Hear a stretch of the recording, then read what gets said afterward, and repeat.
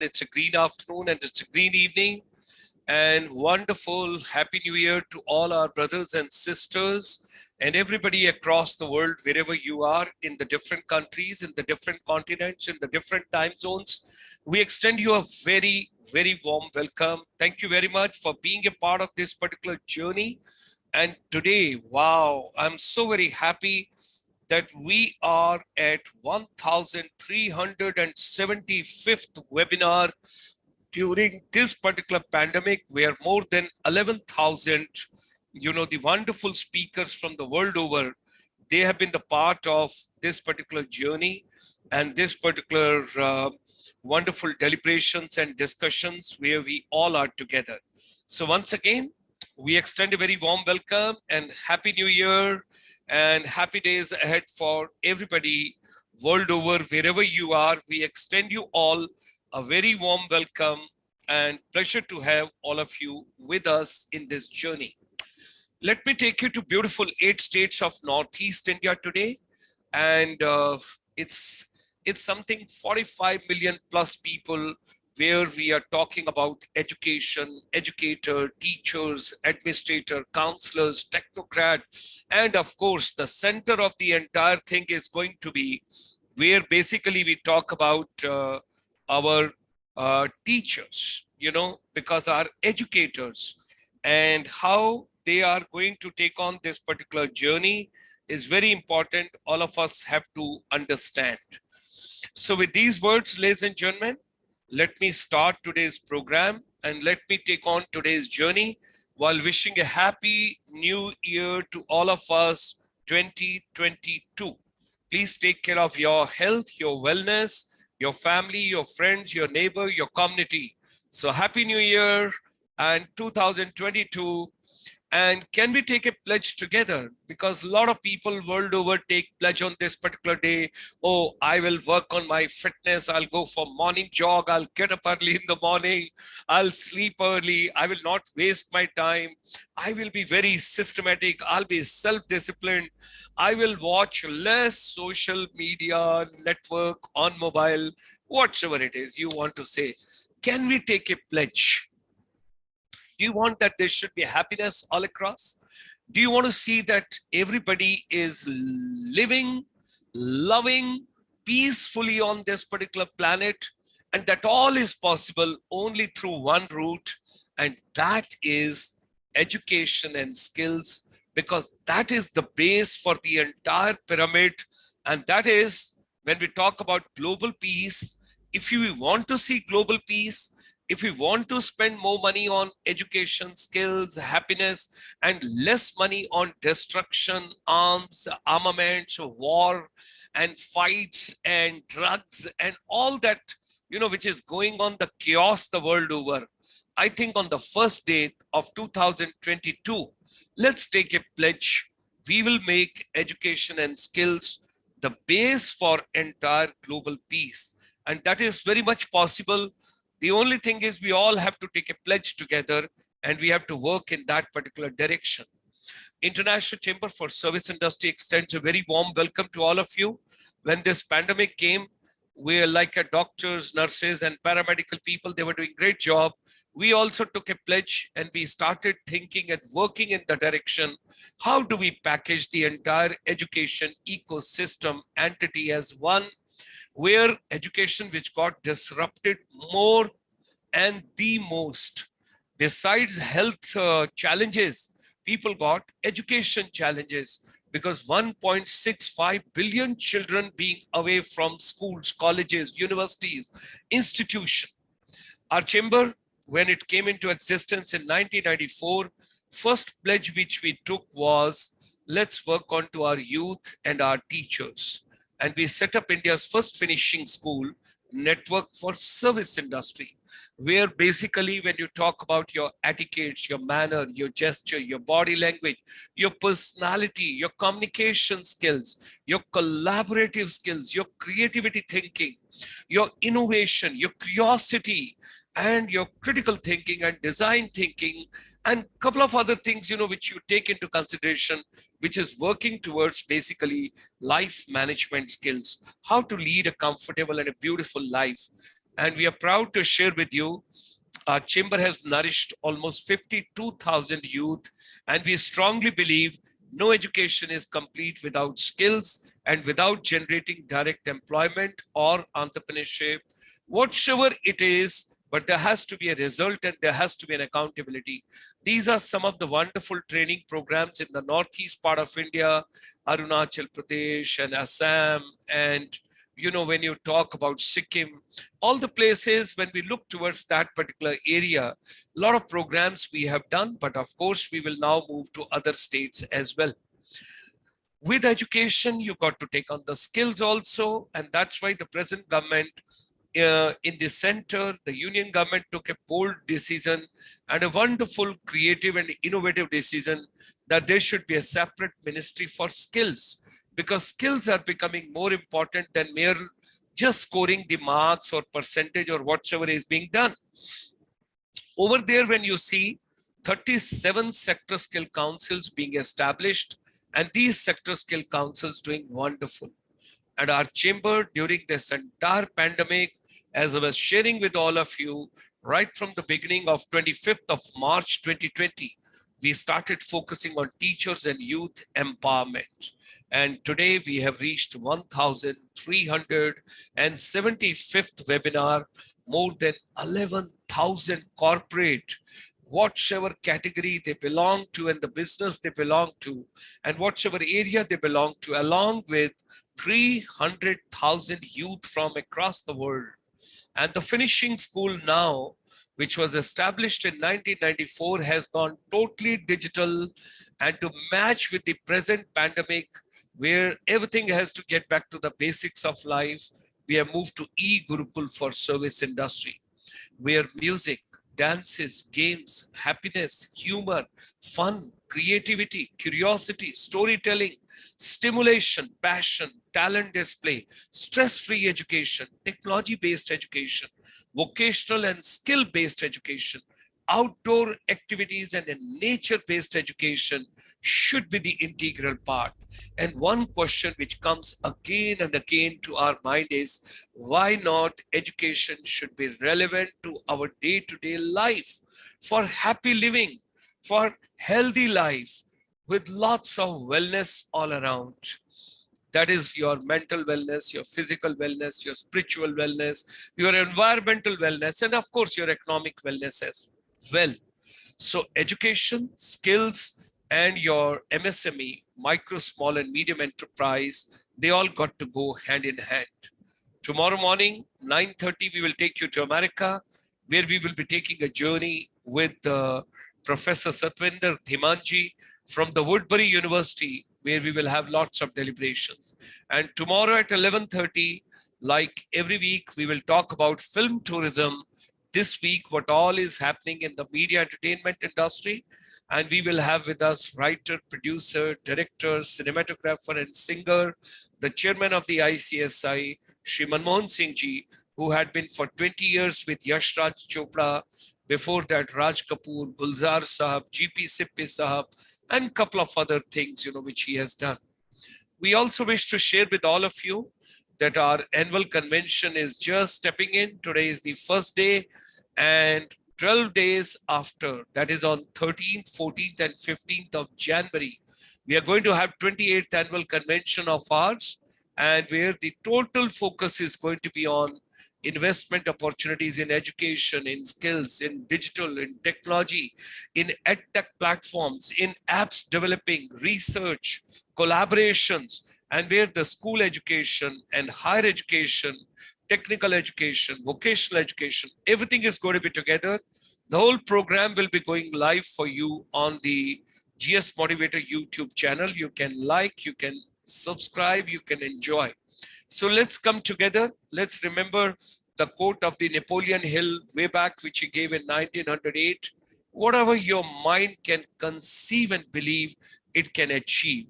And with these words, ladies and gentlemen, this evening, under the leadership of Mr. Tyrone D. Brass, our advisor for the Northeast India, may we extend a very hearty welcome on the very first day, the first technical session. Just before this, we had the wellness session. That was Ayurveda for the global, wellness at 7 p.m. And this is going to be the first education-based and relevant to the entire ecosystem of the humanity, where Madam uh, Dugirala Sesiji, the lecturer at the Don Bosco College of Teachers Education, that's the B.Ed college, which is in Tura, she's joining us. So join me in extending a very warm welcome to the lady, and we take on the journey today. Hearty welcome to you and wishing you a wonderful Happy New Year, and such a pleasure to have you. You can unmute your mic, ma'am. You can unmute your mic, and it's such a pleasure to have you with us. So we have been joined, ladies and gentlemen, by Madam Dugirala Sesiji, and she's from the Don Bosco College of Teachers Education, Tura. That's a beautiful state of Meghalaya, and they're doing a wonderful job. And today, let's focus on teachers. Let's focus on teachers' education. What exactly is there? Because if teachers are happy, the children are going to be happy. If teachers are going to contribute something substantial to the entire education ecosystem, we will be in a position to make our education system relevant, futuristic, forward-looking, and something what the humanity is looking forward to. With these words, ladies and gentlemen, let's take on the journey with Madam Dugirala Sesiji. Thank you so much. A very good evening to one and all, and here's wishing each one of you a very happy new year. I would like to thank ICSI for having me here today, Major Dr. Gulshan Sharma and Mr. Tyrone D. Pras. Thank you so much for having me here today. When I was asked to give a talk, ICSI, with this platform where making education and skills relevant and empowering teachers and youth in India today, I just thought to myself that in these challenging times, the role and the definition of the teacher has changed. Online, offline classes, assessments, the emails, the WhatsApp groups, there's so many things that have changed. So I thought to myself that having been the taught for so many years, and now being in the teaching line for so many years, the role of the teacher, maybe I would just define it as a trained engagement, armed with competence and held by empathy and rigor. Maybe that would define the challenging role of the teacher today. And having said that, I would today like to focus on teacher development. I would like to relate teacher education and professional development, of course, with relevance to the new education policy 2020.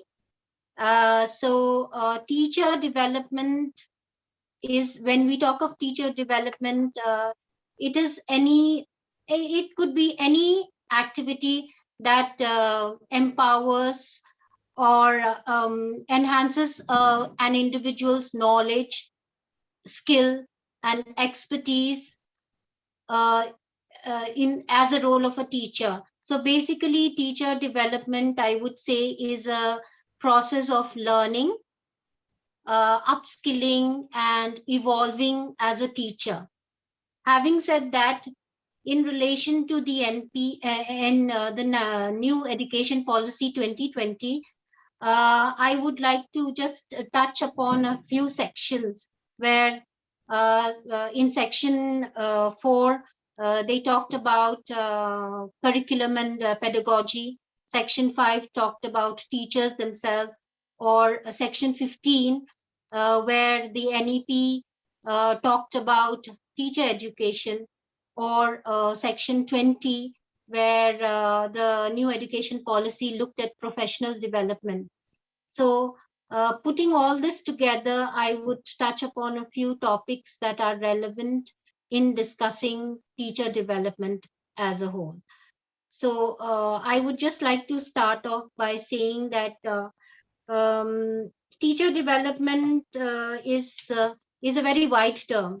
So when we talk about teacher development, we are definitely talking about the teacher and how he or she could develop skills, techniques, methodology that could help him or her in the teaching, learning process in the classroom and outside the classroom also. So I would, when we talk about teacher development and we're talking about classroom teaching, learning, interaction, we are talking about teaching as a relative term. We cannot discuss the teacher without the learner. So we will also touch upon aspects of how the teacher in relation to the learner, the subject matter, and the curriculum, and with all these put together, how we're going to check on improving the quality of teaching. When we talk about improving the quality of teaching, we would definitely talk about teaching objectives and learning outcomes.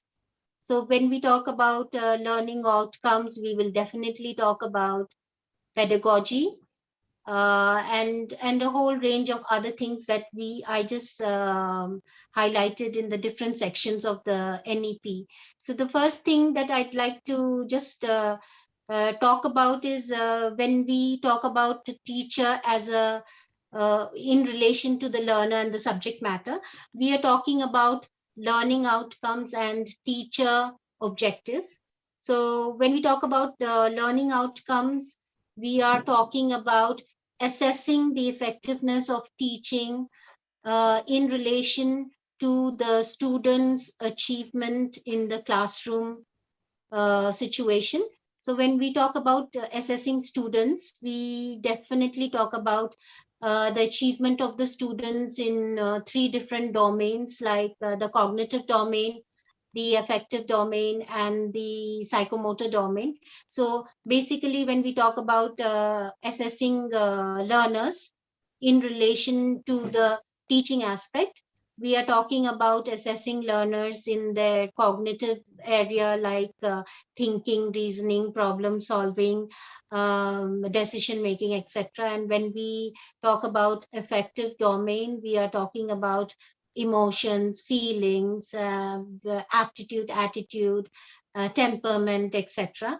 And in the when we talk about assessing learners in the psychomotor domain, we talking about putting all the physical and abilities together: reading, writing, walking, talking, etc., etc. So all these, when we talk about student achievement, the we are talking about the performance of the teacher and also the quality of the teacher in relation to the student performance in the classroom teaching learning situation.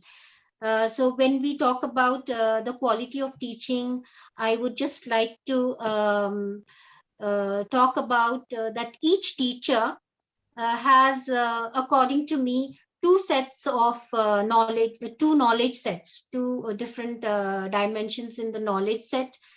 They come with disciplinary knowledge set and pedagogical knowledge set. So when we talk about teacher development, we need to think about aspects where we can improve the quality of teaching in the disciplinary knowledge set and in the pedagogical knowledge set. When I say disciplinary knowledge set, I mean I'm talking about the teacher teaching the subject matter.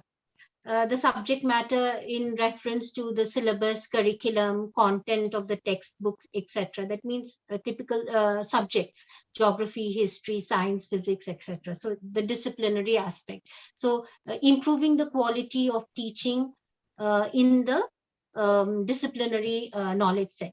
And then the second one that I would like to highlight is how we need to think about what would work and why would it work in the area of pedagogical knowledge set, where we are talking about pedagogy is the art and science of teaching, where we are talking about how we can work on aspects like teaching skills, teaching strategies, teaching methods, how the teachers can use technology, teaching aids, how they can put the teaching maxims together, and a whole lot of theories and taxonomies put together.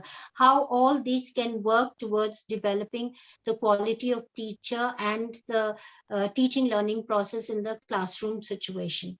So when we talk about the knowledge set of a teacher in terms of disciplinary aspect and the pedagogical aspect, we would definitely talk about how we need to improve the variables in teaching. When I say variables in teaching, we are talking about the teacher being one variable. The teacher is a variable in relation to the learner, the subject matter, and a whole lot of aspects that go on in the classroom. Even aspects like classroom management, the use of media, and many other things that are involved in the classroom teaching learning interaction. So, improving the quality of teaching, how, what is going to work, all these have to be worked out.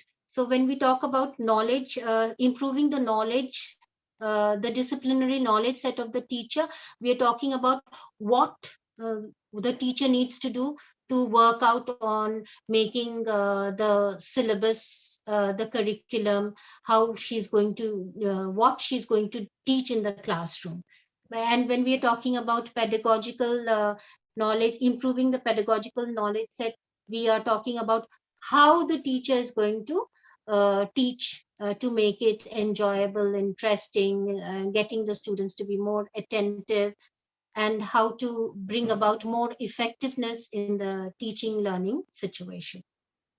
So, according to the NEP, when we look at section 4, when they talk about the curriculum and pedagogical aspects, we definitely see that they have used terms like multidisciplinary approaches, etc. So when we, what are these multidisciplinary approaches and how we can improve on these aspects, that's where we can talk about bringing about some kind of inputs where the quality of teaching would improve, not getting them a degree where they say that we are trained teachers or untrained teachers, but just getting them to understand that small inputs like maybe changing the rephrasing a question would help in the classroom, or how small aspects relating to reinforcement would help in the classroom, or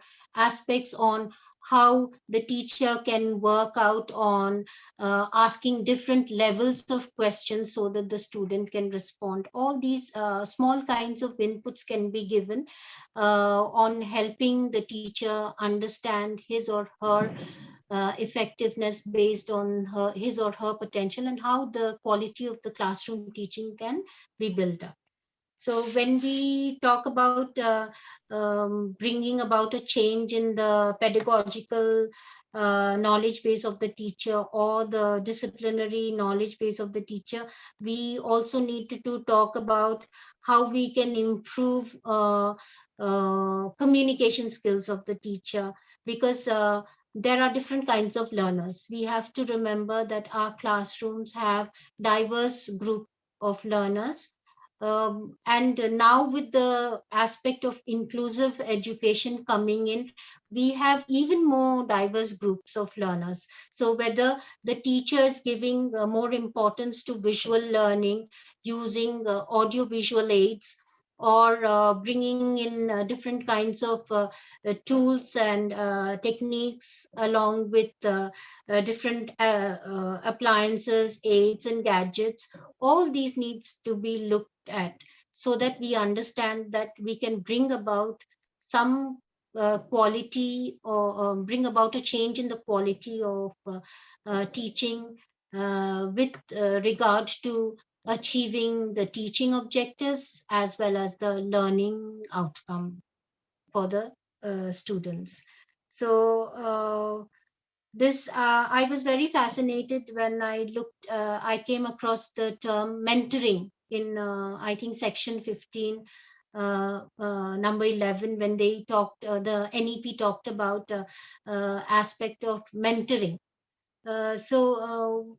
Mentoring is something, it's not a new term, but many people are coming up with this aspect of mentoring, where faculty development programs within the institution or outside the institution, or in collaboration with other institutions, or with teachers who have already have had experience in teaching for a longer period of time, can give inputs and information and data to the other faculty members, where we can talk about having faculty development programs maybe once in a week for the other teachers, maybe on a Saturday afternoon, where they can share the experiences, and in that the group discussion or sharing of experiences, we can come up with small aspects of how rephrasing a question, like I said, rephrasing a question would help, how reinforcement techniques can be changed, how we can bring in the students to be more attentive or to be more responsive in the classroom. These can be worked out, and I'm sure we can look at these aspects by talking about it in a interdisciplinary aspect, where we would also get to understand that aspects like new concepts like constructivism has been used in NEP.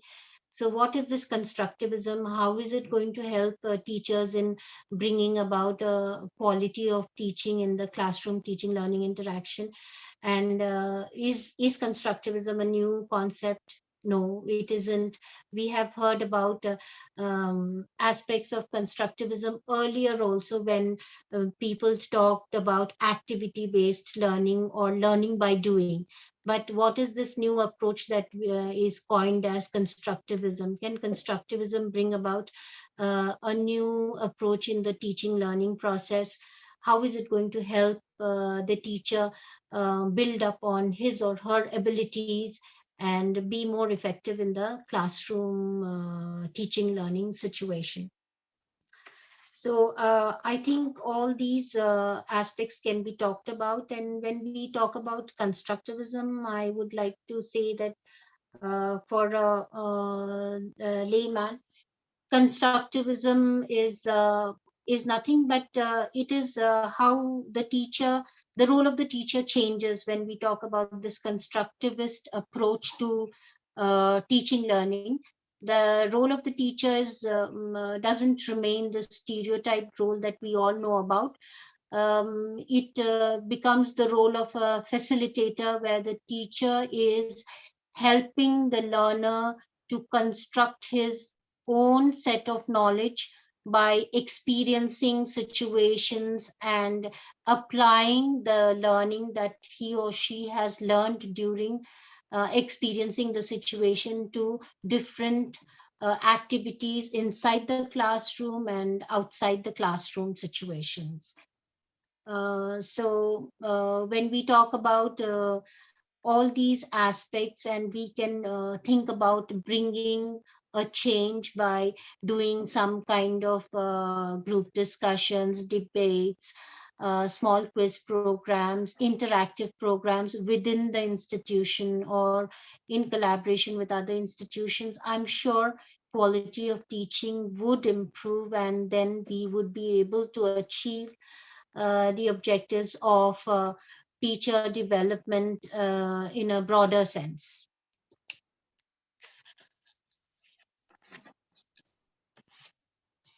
Wonderful inputs, ma'am. Uh, can we take on the onward journey now from here? Because you are here in the Northeast and you are particularly in the B.Ed college. What do you feel that, let's take one by one. During the pandemic, we know the challenges, we know the difficulties, we know the new pedagogies, and we know the hybrid learning, flip learning, outside classroom learning, all that is coming through. And everything is getting now changed, and children slowly and gradually, teachers also and youth also, students also, they are adapting to the new ways and new means and new styles and new packaging. and things are changing that way. What challenges do you feel we are facing in the northeast part of India as far as youth are concerned? Those are going to be teachers, those are interested, to join this particular program of the B.Ed. What challenges do we have in the northeast part of India, and how do we make? We can take step by step. How do we make the teaching profession attractive? Because challenges are there, difficulties are there. If there are 10 students passing out together and two of them are getting into KPMG, two are getting in Ernst and Young, two are getting in the corporate sector, and two are getting elsewhere, how many of them are really interested to become teachers? Or are they looking forward to, because you got to economically make the package also very strong so that the children are interested to come over here. And all the times, if we are worried about those things only, where neither the financial part nor the status part and the other things are being taken into proper perspective and packaging. So how do you feel that we should overcome these challenges? Okay, I would like to first answer to your question on what problems we are facing as Yes, teachers. please, Uh, please. yes, as teachers, when we went online, Hmm, the first problem that we face, I'm not too sure about the other states, but I can talk to you about Tura itself, that we had a lot of problem with connectivity. hmm, Students in remote areas were not even able to access the Google Classroom because of connectivity issues. Rural students faced more problems, and this is and online teaching became very challenging for the teacher, because we are doing our bit when we are giving them online lectures, we are giving them online assignments, but the end product of the when they need to get back to us on their assignments or on their doubts or on getting back on understanding concepts, getting back to the teacher, that feedback mechanism was not even existent, because it was then only a one line process. The teachers doing the bit, but there's no output from the students, because most of the students came back or gave us information saying that, ma'am, we cannot access the Google Classroom, or we cannot join in the Zoom meeting which you're having online, because absolutely there's a problem with connectivity. And earlier we had problems of parents telling us that, ma'am, we have only one smartphone phone in the house, and the father is using the smartphone. So when please, can you adjust the class for the evening, because then when he my father gets back, then I would be able to use the same phone. So of course we had problems with students in our area on they were not financially equipped to buy the smartphones where they can access online classes through Zoom Meets or Google Classroom. And the first and most important one is problems with connectivity and explaining concepts. We the teacher who's been teaching and giving in doing her lectures, explaining the concepts over and over again, we think that the students have understood, but they getting back on and asking for explanation, ma'am, we have not understood.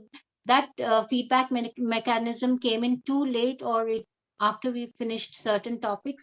So that smooth conduct of that teaching learning process with the feedback mechanisms never got in. And most of the students, when you give them online assignments, they always are not able to keep up with the time bound program of when to submit, how to submit. People have had problems with getting their work processed through the email as attachment, and it was chaotic.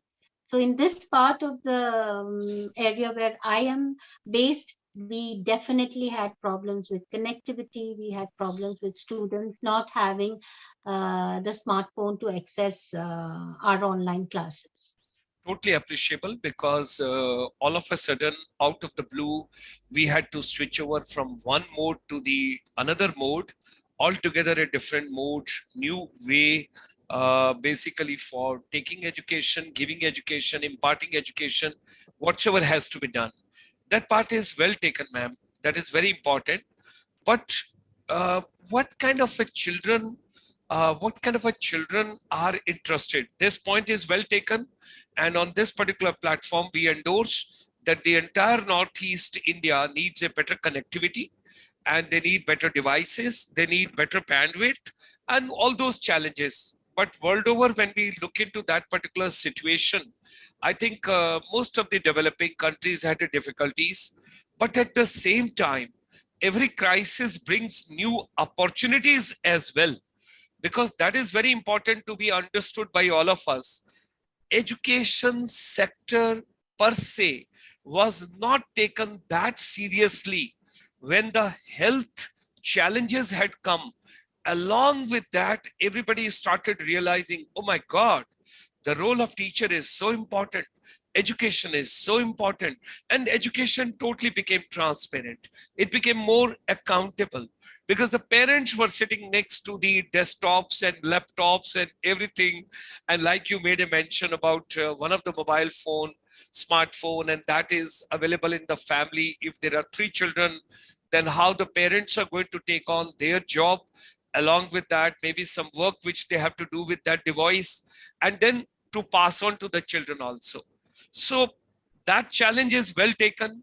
I think the union government is working in that particular direction day and night, how to give the better, the bandwidth connectivity, better devices, and to give the seamless connectivity wherever it is possible. That is going on. But at the same time, if you look into it, how do you feel the psyche of the younger generation? What percentage or children are really keen to become teachers? Yes. Going by the number of students who enroll in B.Ed, uh, we see that there is an interest for for students who want to become teachers. But looking at the recruitment and other things, most of them do not get the job of a teacher. And we have our own, so many of our own students who have, after doing the B.Ed course, joined as data operators in a small job, in a government job, or other places where the pay package is more. And most of them run to government sectors, they go on to the corporate sector where the package is better. So we on enrollment is good, because when we just have four teacher training institutes here, and then when we have 100 seats or 50 seats, then we almost get 600 people applying for the admission process. They have good interest in becoming a teacher, but when they check out the ground level reality after passing out the B.Ed course, there are no jobs for teachers, or recruitments are not taking place properly, then they just want to get into a corporate job where they can get a good pay package for the Okay, kind of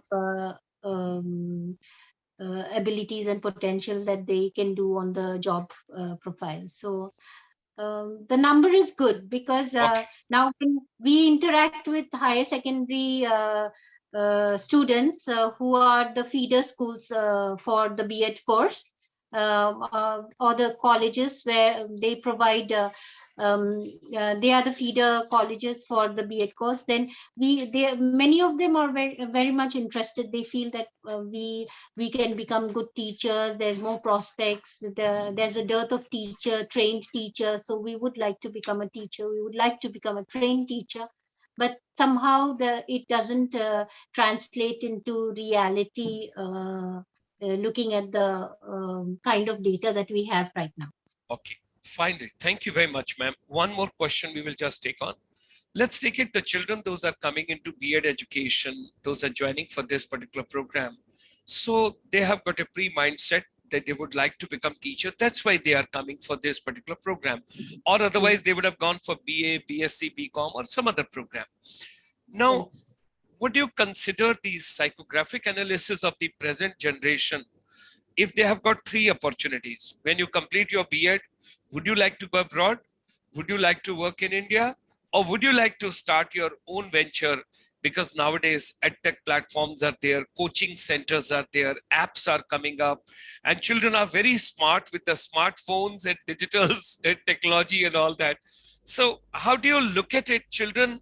What are their aspirations? And that we will take on as a final question with you, ma'am. Okay. When we talk to students, as I said, they're really keen on becoming teachers and good and effective teachers. Okay. And when you give them an option, do you want to start? Most of them would say that we would like to start our own school. We would be happy to do things that we want to bring in some kind of innovation. So if we join a school, maybe we will not get the kind of liberty or freedom that we would want to do as a teacher to make a difference.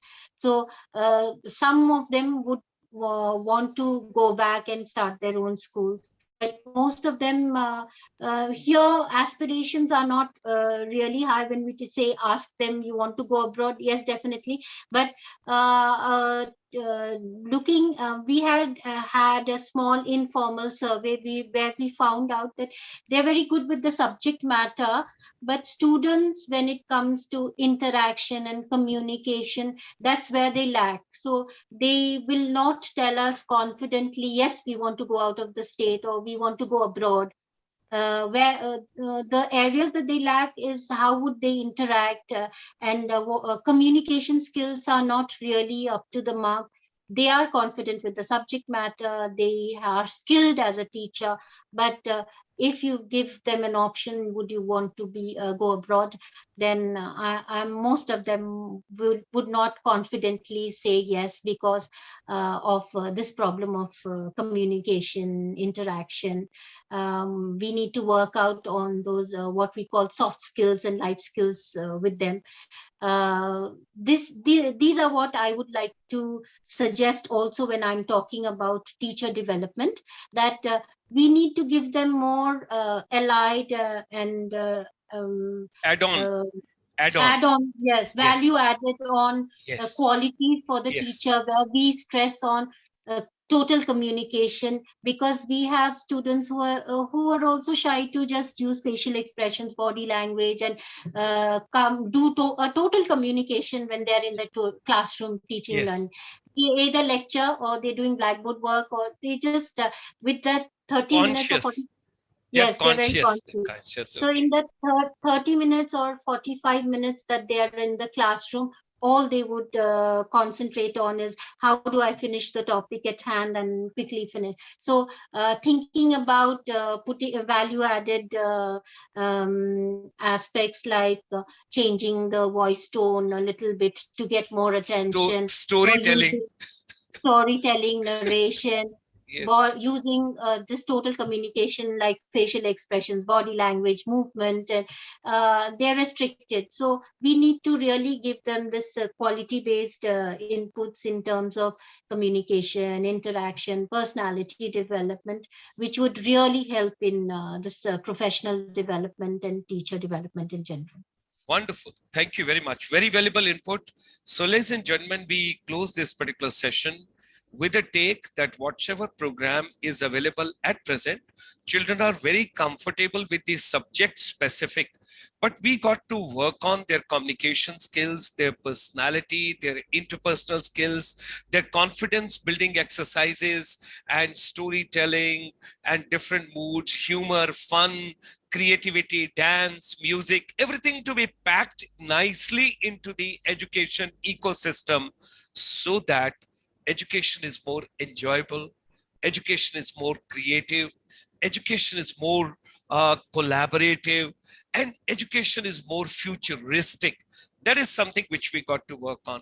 It was a pleasure to have you, ma'am, right on the first day, 1st of January 2022, and you being the first speaker, guest speaker, orator, collaborator, innovator, and whatever we can call it. It's a great gesture of yours.